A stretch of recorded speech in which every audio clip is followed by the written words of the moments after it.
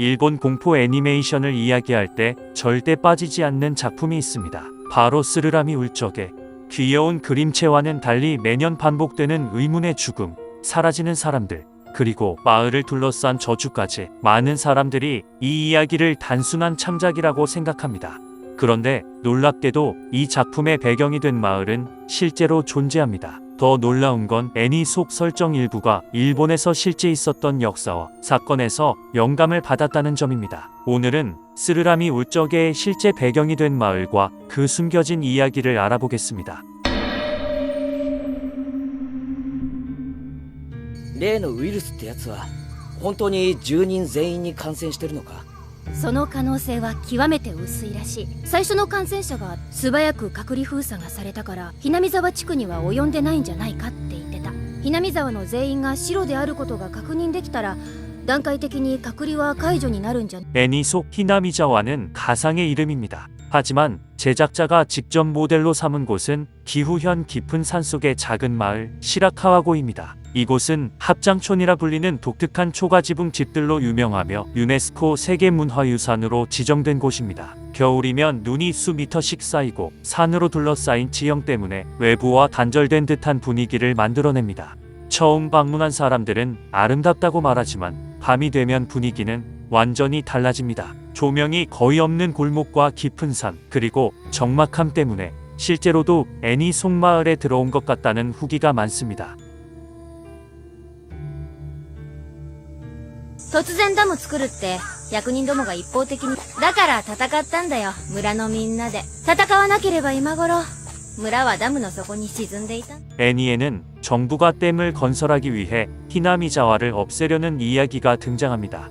주민들은 끝까지 반대하고 결국 마을에는 불길한 사건들이 이어집니다. 이 설정은 완전한 허구가 아닙니다. 실제 일본에서는 1950에서 60년대 이보로댐 건설 과정에서 여러 마을이 수몰되었습니다. 집과 논, 신사와 절까지 물속에 잠겼고 오랫동안 살아온 주민들은 삶의 터전을 떠나야 했습니다. 이 사건은 당시 일본에서도 큰 사회적 문제였고 고향을 잃은 사람들의 이야기는 지금까지도 회자됩니다.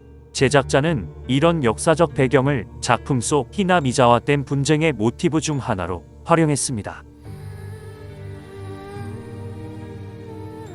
お社様のたたりの話聞いたことある？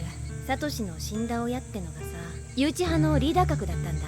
その両親がお社様を祀るお祭りの日に事故死しちゃったんだよね。お社様のたたりにあったんじゃないかってこと。 스르라미 울적에에서 가장 유명한 존재는 바로 오야시로님입니다. 마을 사람들은 매년 축제가 끝나면 누군가는 죽고 누군가는 사라진다고 믿습니다. 실제 시라카와고에도 오래된 신사가 존재하며 애니 속 신사의 분위기에 영향을 준 것으로 알려져 있습니다. 물론 현실에는 저주도 없고 의문의 연쇄 사건도 없습니다. 하지만 수백 년 동안 이어져 온 지역 신앙과 전통, 그리고 산속 마을 특유의 폐쇄적인 분위기가 더해지면서 제작자는 현실과 공포를 절묘하게 섞어냈습니다.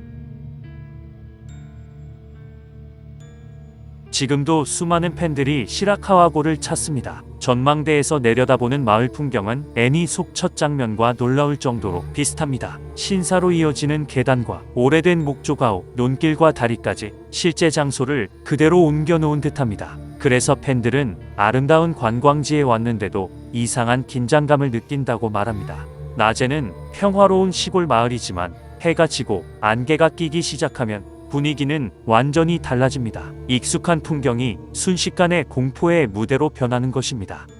스르라미 울적에는 단순히 무서운 애니메이션이 아닙니다. 실제 존재하는 마을과 실제 있었던 역사, 그리고 일본의 전통 신앙과 산촌 문화가 하나로 합쳐져 탄생한 작품입니다. 그래서 많은 사람들이 이 작품을 보고 난 뒤 시라카와고를 방문하면 아름다운데 이상하게 무섭다고 말합니다.